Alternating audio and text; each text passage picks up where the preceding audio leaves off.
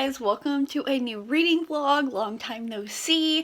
Today we are decorating the house for Christmas, so I'm going to film a bit of that and I will update you guys on all of the things that I'm reading after that.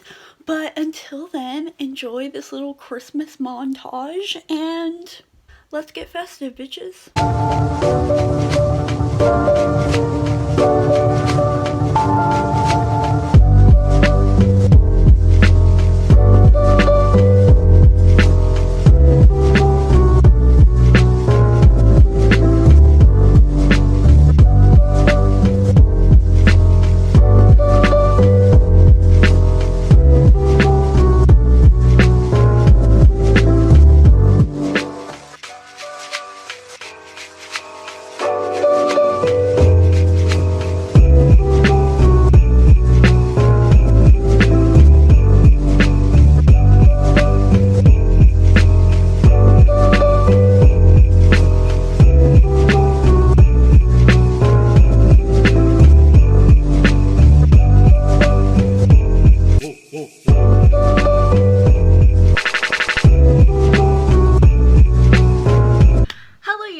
It has been a little bit since I updated you. Oh, Pikachu, let me get him.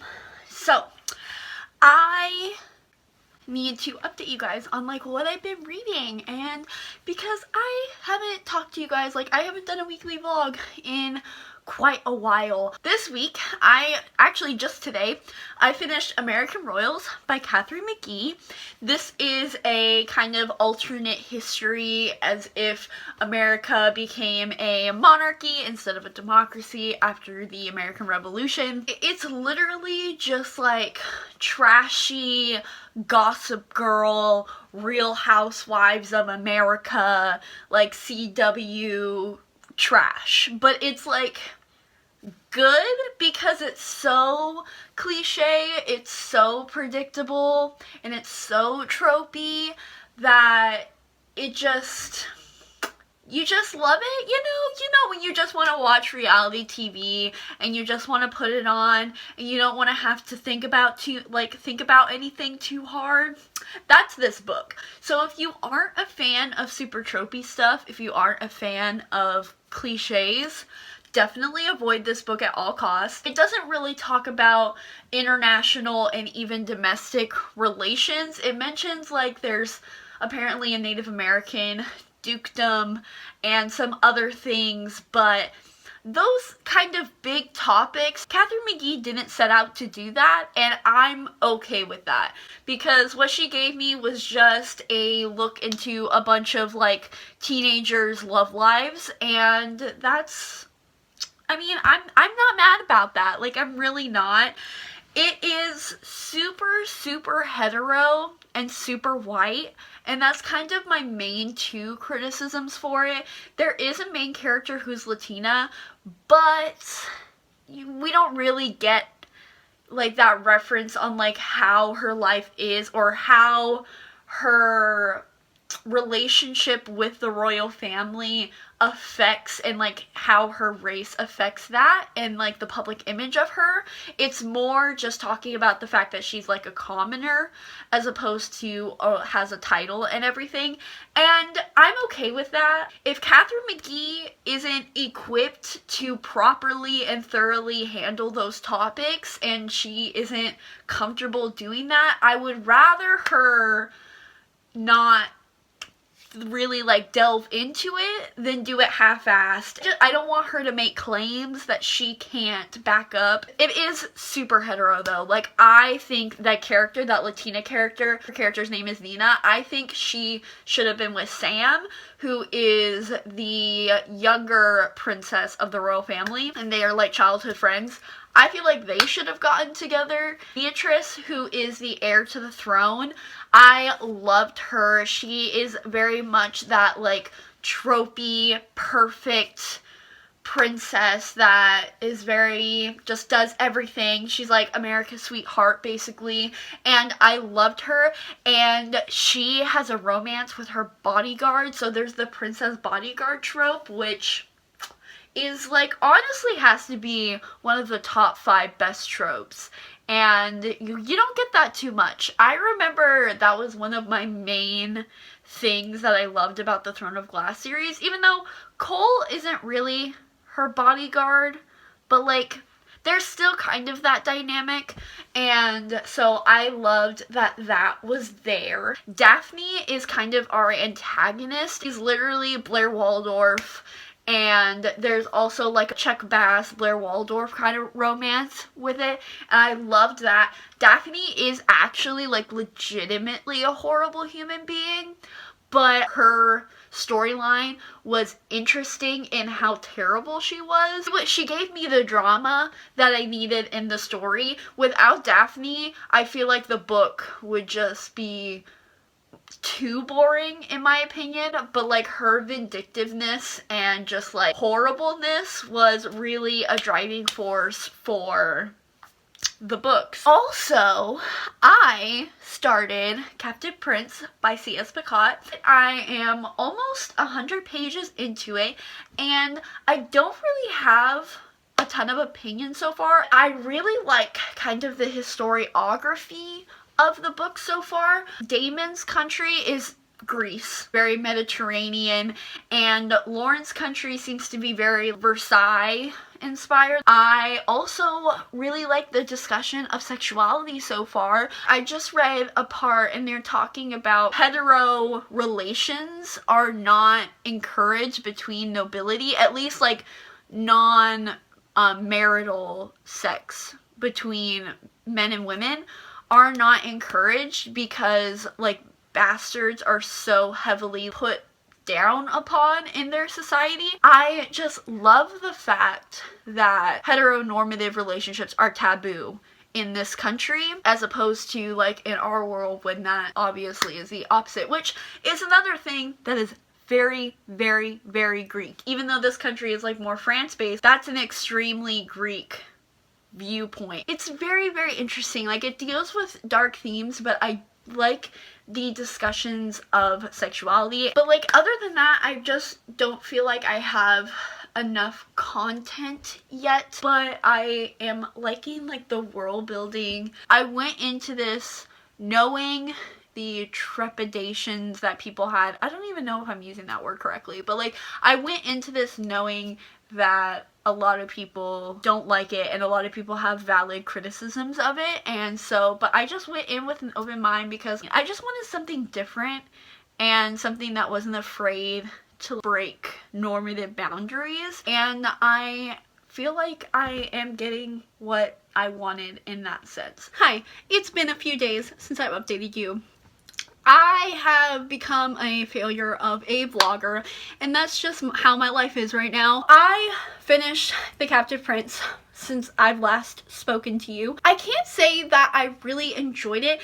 I don't know. I don't really have any strong feelings yet.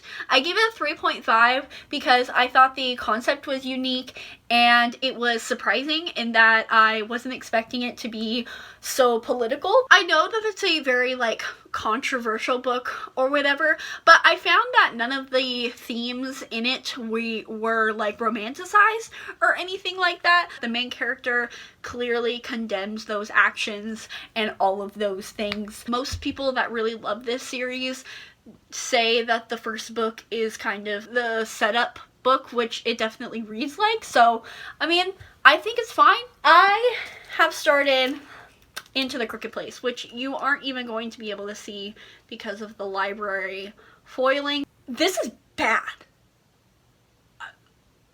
Biggest shock of the year, honestly. I can barely even give a synopsis because of how bad it is. Okay, anyways, I need to stop saying how bad it is and actually, like, you know, develop my points. So let me try to explain it. The city setting is in Krej, and it is a city in this country, and it seems that magic has disappeared.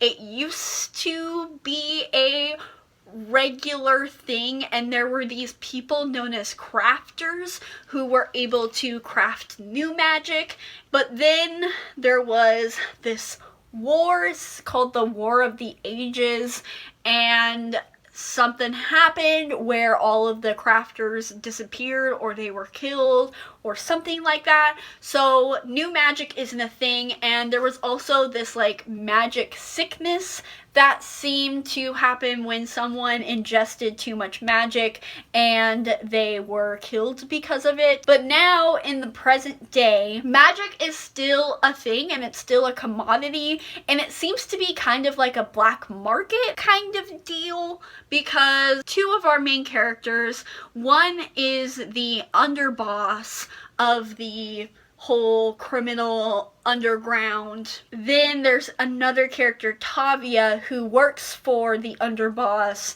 as a seller of magic. But the leader, the kingpin of this whole organization, first of all, he seems to become some kind of like shadow man. I feel like it's trying to do like King of Crows from the Diviners, but it's not even close to that well written. It's like made of shadows and like no one's seen his face, so I think he just uses magic to like conceal himself. I don't know. Bottom line, he has his own set of crafters that he's captured and he's imprisoned basically, and they have created a new form of magic that is creating, that if taken, makes people hear voices and make them very, very violent and want to attack people, and then they are overcome with the magic, get the magic system that I've mentioned previously, and they die. And the Kingpin is basically trying to create an army so he can rule the country, because he's tired of living in the black market and having like the actual government rule everybody. I will be the first person to tell you to not compare books, and we all know how I feel about The Gilded Wolves and how much I support that book. But if we were to compare books right now and keeping it 100, this is a cheap version of Six of Crows, and like this is an actual copy of Six of Crows in a way that Gilded Wolves isn't really. Like Gilded Wolves, yes, it had the heist element and it had the found family trope and it had a group of characters, but like that's as far as Gilded Wolves goes to Six of Crows. But this book, it follows like the same plot of Six of Crows. Like we follow this underground society, this like criminal organization that deals with magic, and the plot of the book is about this newly found magic system that is making people overly aggressive and thus like murderous, and then they die. Like that is like the exact plot of Six of Crows. I'm only 87 pages into this, so I don't know if that's like the grand plot, but so far it's building up to be that these four groups of characters are going to prevent this Kingpin from distributing this magic. And it seems like a completely different author to Kill a Kingdom. Like the humor is there, but that's about it. To Kill a Kingdom had such good world building, had such great pacing, such good plot. It had just such a really fleshed out world, and you would think that if she was able to do that with a retelling, you would think that in a completely original story that would be no different and she would be able to do the exact same thing. But with this, I can already tell that it's not good. It just seems like a NaNoWriMo draft that she just wrote in a month and kind of just word vomited on the page. It just doesn't seem like she spent a lot of time developing these characters and this world and this magic system. I am not enjoying it whatsoever. I am going to try to finish this today. It's under 400 pages, so I think I can finish it. I will say that there's definitely like a female-female romance thing going on in here. It's it's not with the characters that I thought it was going to be upon reading the first chapter. And also, I will say that the first chapter is so not like the rest of the book. Like, the first chapter was so promising, and that fueled my excitement for this book so much when I got to read the first chapter way back in like March or something, and I was just so excited to read it because the first chapter was so good. And like, the quality of the first chapter is not seen in the rest of the book whatsoever, so like, I don't know what the hell is happening. It really just feels like a completely different author to me, and that is so sad because I was so freaking excited for this book. We'll find out if anything changes, and I will keep you updated on that, but I don't have very high expectations, so I'm gonna DNF this.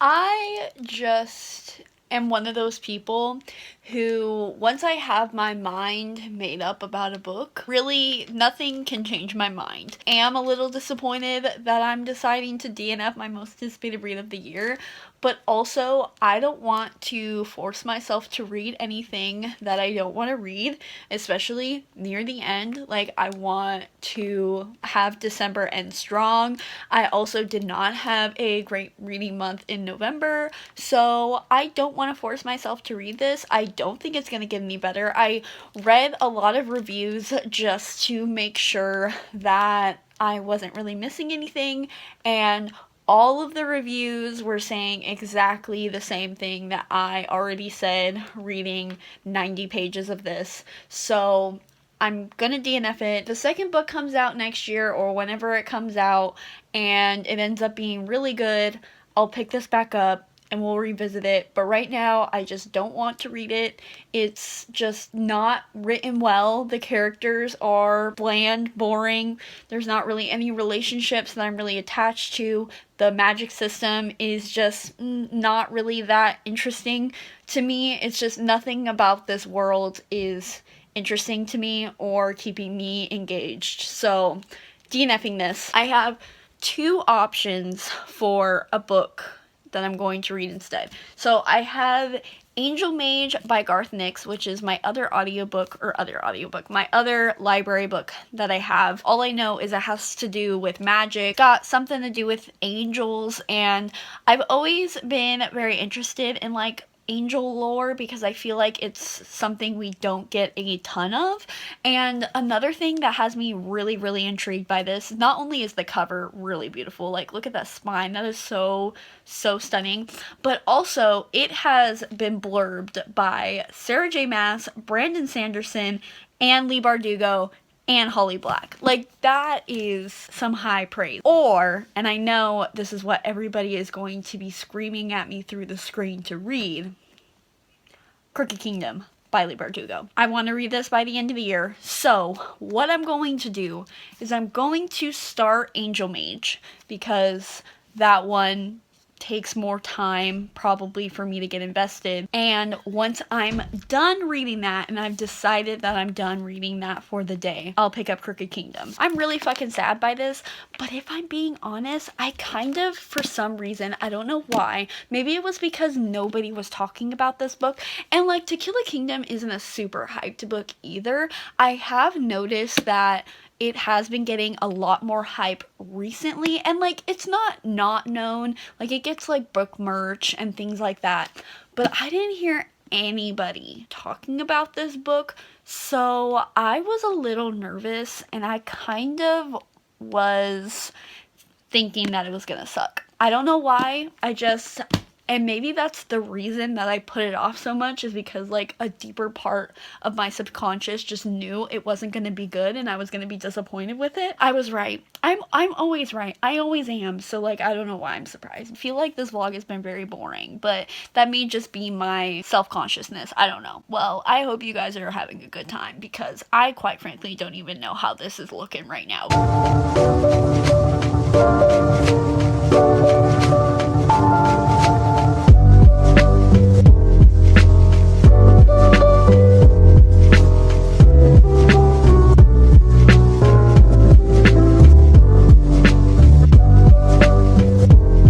This vlog vlog is just a compilation of awkward angles and bad hair days. So that is just where we are today.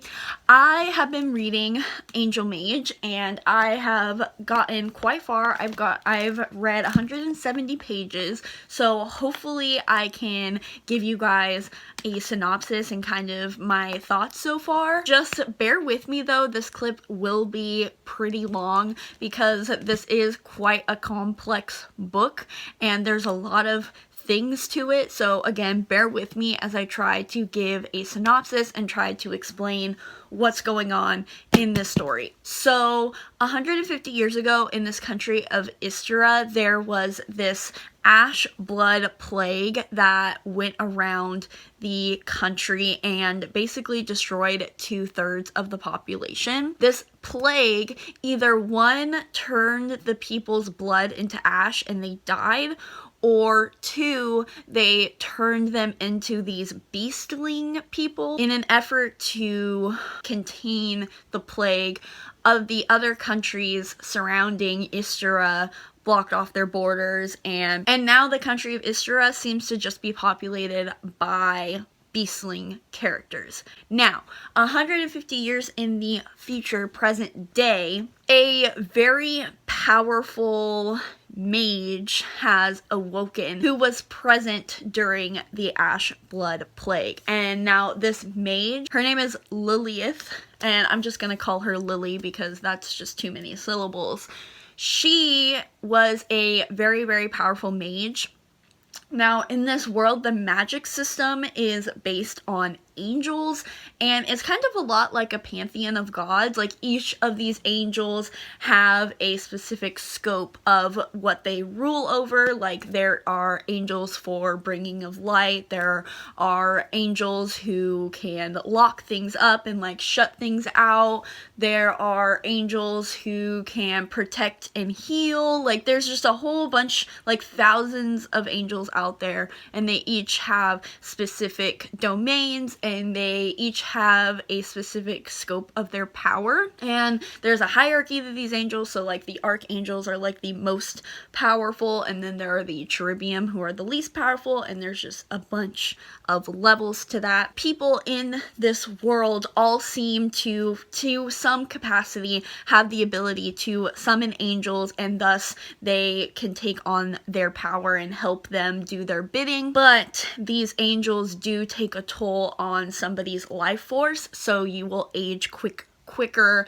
depending again on the scope of the power of the angel which you summon and how often you summon them. Are we following? Sounds good. This really powerful mage that awoken from her sleep after 150 years, she was super powerful. Like, she was a bad bitch. She was able to summon multiple extremely powerful angels, and most people don't really have the capacity to do that. And not only was she seemingly limitless in the power that she had to summon these angels, but no matter how powerful the angels or how often she summoned them, it did not take a toll on her life force. So she is basically invincible. So she has woken up from her sleep, and it seems like, and we don't know really what her agenda is, but it seems like she has some kind of plan to go back to Istria and bring back the descendants of Istria to peak power again where they used to be.